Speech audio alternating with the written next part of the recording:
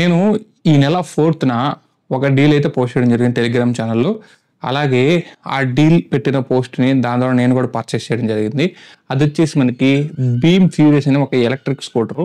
కేవలం 24,000కే వస్తుందనమాట. దాంట్లో మనకి 72 వోల్ట్స్ బ్యాటరీ ఉంటుంది. 72 వోల్ట్ 35 ఏహెచ్ అంటే 2.5 కిలోవాట్ అబోవ్ బ్యాటరీ ఉంటుంది. Lead acid batteries, powerful motor ఉంటుంది. ఇది డెలివరీ బాయ్స్ కూడా యూజ్ అయ్యే స్కూటర్ అనమాట. సో డబుల్ డిస్క్‌తో వస్తుంది. చూడడానికి స్కూటర్ అయితే చాలా మంచి లూట్ డీల్. సో కాకపోతే ఆ స్కూటర్ నేను పర్చేస్ చేశాను. ఆ తర్వాత మన ఛానల్ కావచ్చు, అన్ని టెలిగ్రామ్ ఛానల్ వాళ్ళు కూడా నేను పోస్ట్ చేస్తాను. నేను ఒక్కనే కాదు పోస్ట్ చేశారు. దాన్నైతే చాలా వరకు పర్చేస్ చేశారు. కాకపోతే ఇదంతా బాగానే ఉంది. తర్వాత అయితే అసలు కథ అయితే స్టార్ట్ అయిందనమాట. సో అమెజాన్ కూడా ఇలా చేసిందని నేను అనుకోలేదు. సో ఇంత నెగ్లిజెన్స్ ఎందుకు ఉందో నాకైతే అర్థం కావట్లేదు. దీన్ని నేను అమెజాన్ బ్లేమ్ చేయలేను, స్కామ్ అనలేను, స్కీమ్ అనలేను. బట్ వాళ్ళు కొంచెం సెల్లర్స్ పట్ల అవేర్నెస్ లేకుంటే చాలా ప్రాబ్లం అయితే ఫేస్ చేస్తారు మనలాంటి బయర్స్. సో ఈరోజు ఈ వీడియోలో నేను అదే మీకు ఎక్స్ప్లెయిన్ చేస్తాను. వీడియో లాస్ట్ వరకు మిస్ కాకుండా చూడండి. చూసిన ప్రతి ఒక్కరు లైక్ చేయండి, షేర్ చేయండి. తప్పకుండా మీరు సబ్స్క్రైబ్ చేసుకుంటారు మీ ఇష్టం నా ఛానల్ని. And deals Telegram channel link డిస్క్రిప్షన్లో ఉంది. అలాగే అన్బ్రేకబుల్ మెమరీస్ లింక్ కూడా డిస్క్రిప్షన్లో ఉంది. మీకు కావాలంటే బై 1 get 1 270 రూపీస్కే వస్తుందన్నమాట. లింక్ డిస్క్రిప్షన్లో ఉంది. అక్కడి నుంచి పర్చేస్ చేసుకోండి ఇన్ కేస్ మీకు కరువు డిస్ప్లే గారు ఉంటే. మరి మాత్రం లేట్ చేయకుండా నాకు జరిగిన రియల్ టైమ్ ఇన్సిడెంట్ మీకు ఎక్స్ప్లెయిన్ చేస్తాను రండి. సో ఫస్ట్ నేను 4th బుక్ చేశాను. సో మార్నింగ్ నాకు తెలిసి ఈ టైంలో డీల్ అయితే వచ్చింది. నేను పోస్ట్ చేశాను. నేనే కాదు ఆల్మోస్ట్ వాళ్ళు టెలిగ్రామ్ ఛానల్స్ నా దగ్గర ఒక 30 ఉన్నాయి. ప్రతి దాంట్లో ఈ డీల్ అయితే పడింది అనమాట.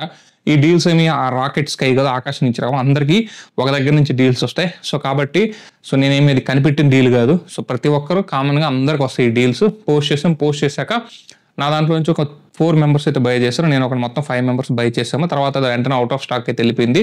సో దీని యూజువల్ కాస్ట్ వచ్చి 58,000 ఉంటుందంట. 24,900కి అయితే 24,299కి అయితే వచ్చింది.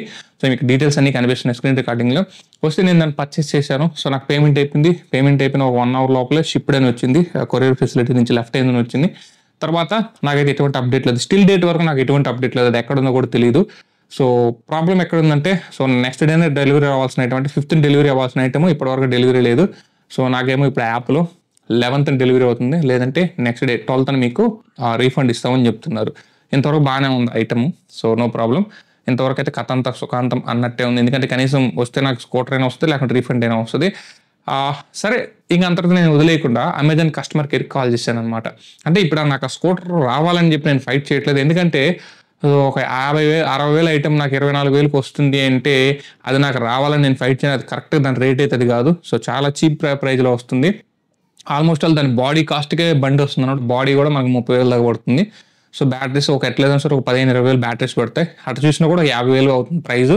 కాకపోతే ఇప్పుడు నేను పోరాడేది దేనికంటే ఇప్పుడు నేను ఫైట్ చేసిన అమెజాన్తో నేను చెప్తాను. తర్వాత నేను కాల్ చేశాను అమెజాన్కి. సో అసలు ఏంటిది, ఈ సెల్లార్ ఎవరు ఏంటి అని అడిగాను. వాళ్ళు ఏమంటున్నారంటే మాకు సెల్లార్ దగ్గర నుంచి ఎటువంటి ఇన్ఫర్మేషన్ లేదు.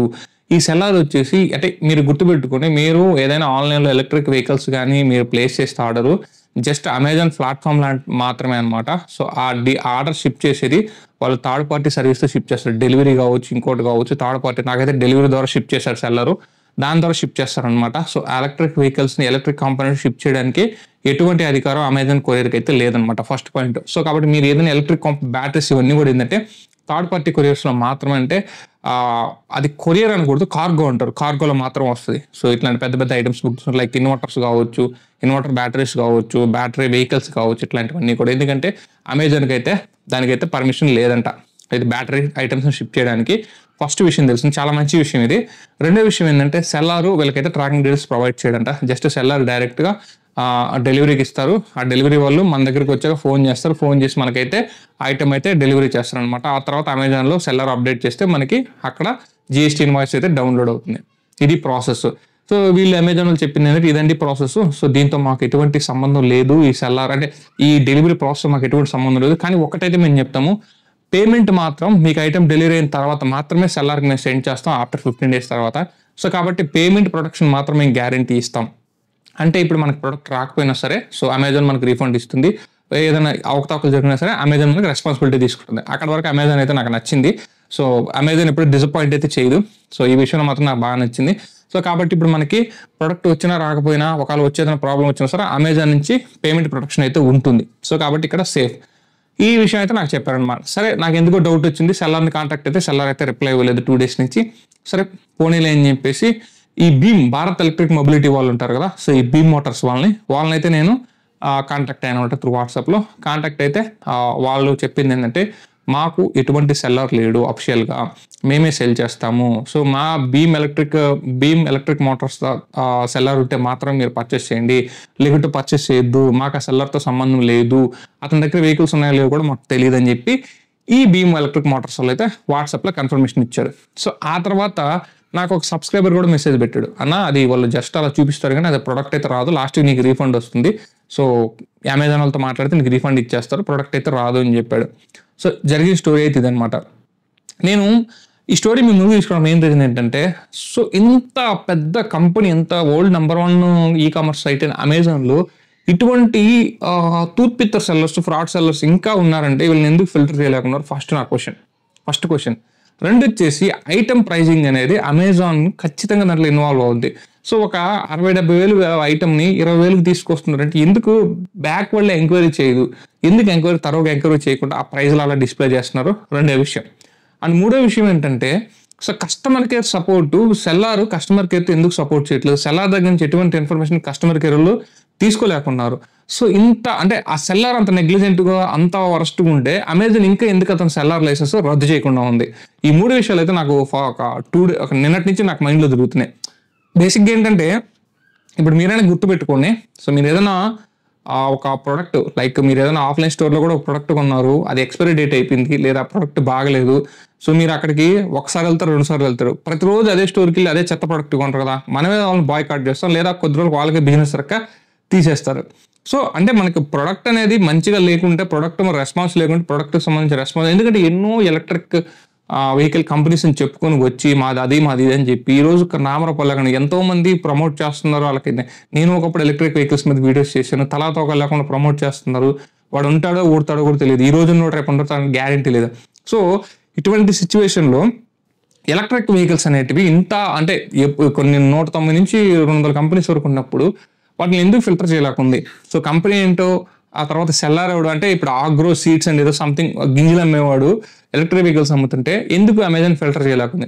ఒకవేళ ఈ సెల్లర్ మోటో ఏంటి, మన దగ్గర నుంచి అంతా మనీ పుల్లింగ్ చేసి వాడు ఎంత తీసుకెళ్ళిపోతాడంటే, లేదా అమెజాన్ దగ్గర పేమెంట్ హోల్డ్ అయి ఉంటుంది, అమెజాన్ ఆ సెల్లర్కి ఒక 15 days 1 month తర్వాత అది అమౌంట్ అయితే, అంటే రిటర్న్స్ పీరియడ్స్ అన్నీ అయిపోయాక ఆ తర్వాత అయితే అమౌంట్ అయితే సెల్లర్కి అయితే చేరుతుంది, ఇప్పుడైతే వెళ్ళదు.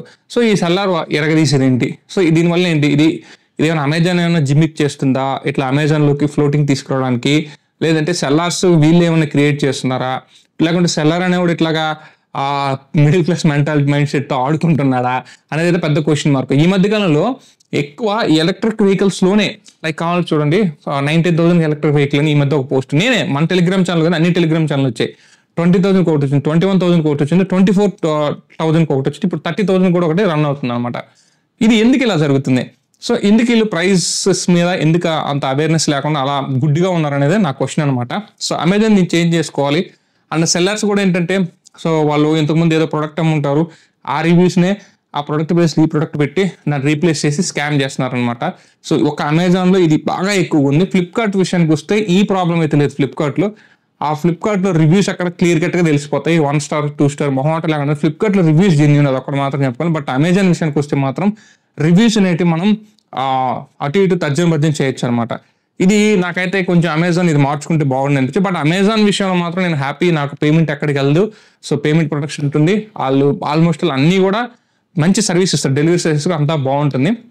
బట్ ఈ ఒక్క విషయాన్ని మీరు కొంచెం ఆలోచిస్తే బాగుంటుందని అయితే నేను రిక్వెస్ట్ చేస్తున్నాను. అలాగే మనం కొనేటప్పుడు కూడా ప్రొడక్ట్ గురించి, అంటే నేనైతే తక్కువ కాస్ట్లో వస్తుంది కొనుక్కోమనే చెప్తాను. సో ఎందుకంటే మనం మిడిల్ క్లాస్ పీపుల్ కాబట్టి మనకి ఏదైనా ఒక తక్కువ కాస్ట్లో వస్తే మనీ సేవ్ అవుతుంది కాబట్టి ఆ మెంటాలిటీతో ఆలోచిస్తాం కాబట్టి నేను కూడా దాన్ని ఓకే అని చెప్తాను. బట్ కొంచెం ఆలోచించుకోండి. మరీ అంటే ఇప్పుడు నేను కూడా అదే మిస్టేక్ చేశాను.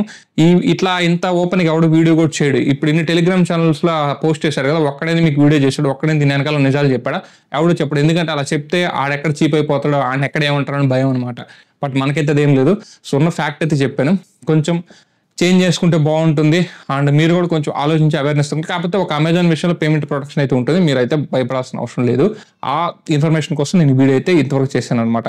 ఇన్ కేస్ ఇట్లాంటి వీడియోస్ మీకు ఇన్ఫర్మేటివ్గా అనిపిస్తే మాత్రం సో కొంచెం సపోర్ట్ చేయండి. ఫ్యూచర్లో ఇంకేదో ఇట్లాంటి స్కామ్స్ జరిగినా సరే నేను మీ ముందుకైతే ఎక్స్పోజ్ చేసి తీసుకురావడానికి అయితే నాకు కూడా ధైర్యంగా అయితే ఉంటుందన్నమాట. సో గైస్ ఇది వీడియోలో రీసెంట్గా అమెజాన్లో జరిగిన ఒక చిన్న స్కామ్, ఈ సెల్లర్ స్కామ్ గురించి ఎక్స్ప్లెయిన్ చేసి ఇన్ కేస్ వీడియో నేస్తే లైక్ చేయండి, షేర్ చేయండి, మన సబ్స్క్రైబ్ చేసుకొని సపోర్ట్ అయితే ఉంది. This is signing off. జై హింద్ గైస్.